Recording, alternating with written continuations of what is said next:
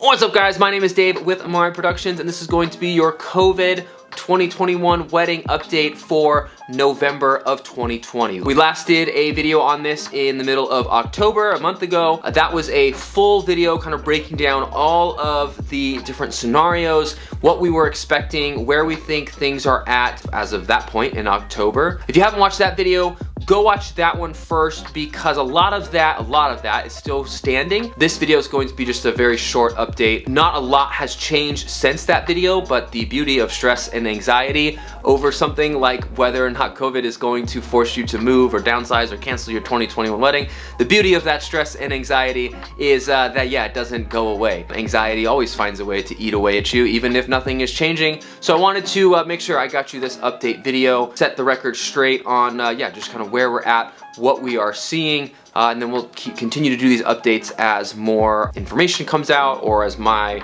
projections change, or if it's just been, like in this last case, like a month since we've done the last one. So what has changed since we filmed that video? In that video, we kind of went through the probabilities for different times of the year of how much weddings may or may not be affected and where we were headed at. Now, if you'll remember in that video, we said we were kind of entering into the third wave and there was about a 50-50 chance that that might affect the off-season weddings, like our winter weddings, that there would probably be some type of residual effect from like March to May, like there's something, you know, we wouldn't know exactly when things would ease up, and then sometime around June, July by the latest, things should be like fully back to normal. If you're getting married July or later, I don't think anything has changed since our earlier projections, so you're pretty much good. For couples getting married in May and June, which is a lot, we are starting to see a couple of changes, and there is something I want to touch on. One, internally, we are starting to see some postponements for May weddings. It's not a wave by any means, but like that ball has started rolling. The other potential change here is that since our last video, several vaccines have actually been announced with kind of target dates for distribution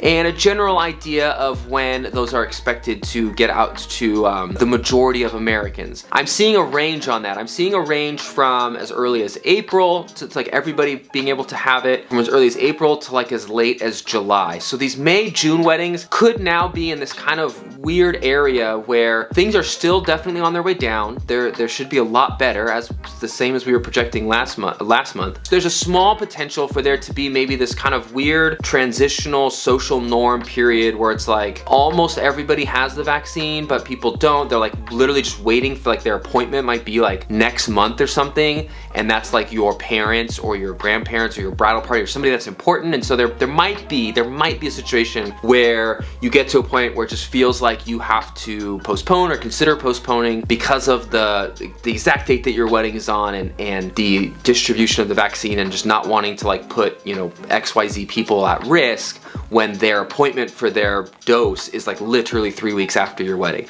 So that's kind of the only variable I'm seeing for like spring and early summer weddings kind of changing. But overall, with the vaccine being announced, I think for spring and summer weddings, it definitely back half of the year, I think this is overall a positive trend for your weddings. Now let's talk about winter weddings, early spring weddings. We are starting to see some more postponements there as this wave really starts to build up. I project in our industry, we will continue to see more postponements for the off-season weddings as long as this wave is on the rise. When this wave peaks, whenever that is, and starts to come back down, that's when I expect postponements to stop. So if you are having a January, February, March wedding or December wedding, obviously this totally depends on your region. I'm speaking mostly for the Southern California region. Adapt this to your region based off of where you are relative, or where your case counts are relative to Southern California and your municipal restrictions are relative to Southern California.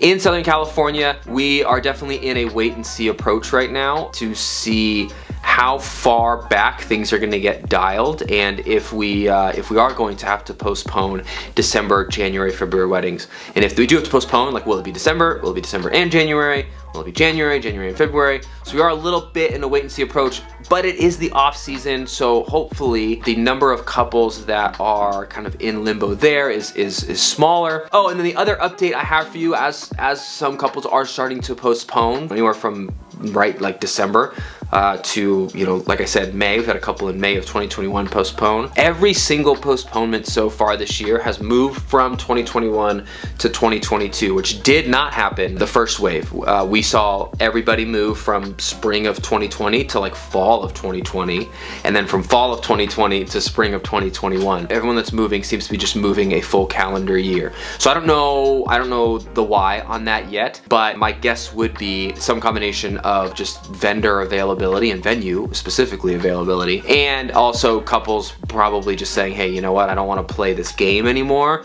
or I don't want to risk playing this game, I'm just going to move to 2022. So as we said in the first video, if you do end up having to postpone, just very much be ready for it to be a 2022 date. Just start preparing yourself for that possibility. If you can find a way to keep it in 2021 and you want to push for that, wonderful. Just recognize that there's a good chance that a chunk of your vendors will be just fully booked and not really able to move with you. Now, if you're one of our clients and you are watching this video and are starting to stress over that, know that in our end, we are just finished hiring a bunch of shooters for next year and are beginning to train them right now, which is awesome. Trying to train people in the off season with a bunch of postponements happening in the middle of a pandemic is making my personal job very enjoyable and rewarding and peaceful. It's just very peaceful. But yeah, if you're one of our clients, know that we are scaling up our team to get ready to just be flexible with whatever's going to happen in 2021, to really do everything we can to be flexible. But for us,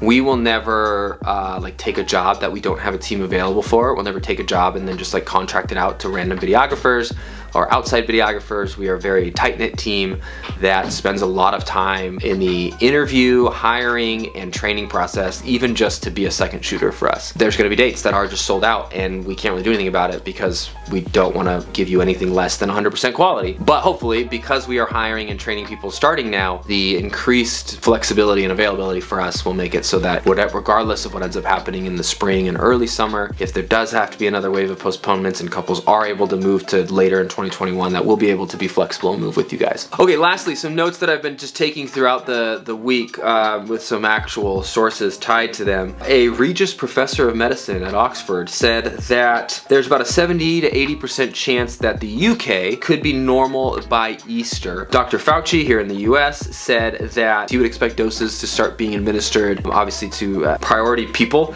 in December, which I wrote this down a couple weeks ago. It seems like that's kind of solidifying now. And then we had kind of a counterpoint to this is former CDC director said he expects most, if not all, of 2021 to be affected by COVID. And reading into that article didn't really change any of the dates that we've been talking about or any of the projections. More so just that, you know, when we're saying that from July on things should be pretty much back to normal, we caveated that in the last video saying, like, even though, you know, everybody should be vaccinated and things should be back to normal, that there just might be new social norms. There might be kind of this extended period of outdoor dining, masks for high-risk individuals, you know, plated food over buffet, things like little things or big things like that, you know, maybe decreased capacity for certain venues or buildings. That was mostly what that article was saying, so I wouldn't freak out about that if you have an August wedding or something. Yeah, it didn't really change any of our numbers. So yeah, if you have a July or later wedding of next year, things should be back to normal. There shouldn't be a health risk. There just might be some residual social norms or kind of like recovery period where yeah, there's just some things, precautions and stuff still being taken. Okay, that's the update. Let me know if you guys like this. I'll do another one next month or whenever something big happens. And on a much more positive note, let's do something fun up here, maybe like our most hilarious toast. And then down here, let's just dream of being back at a wedding. Let's do Sophia and Tyler's wedding down here. If you haven't already, please click that subscribe button, ring the notification bell so you know every time that we post. Follow us on Instagram and TikTok at Amari Productions. My name's Dave with Amari Productions. I'll see you next time.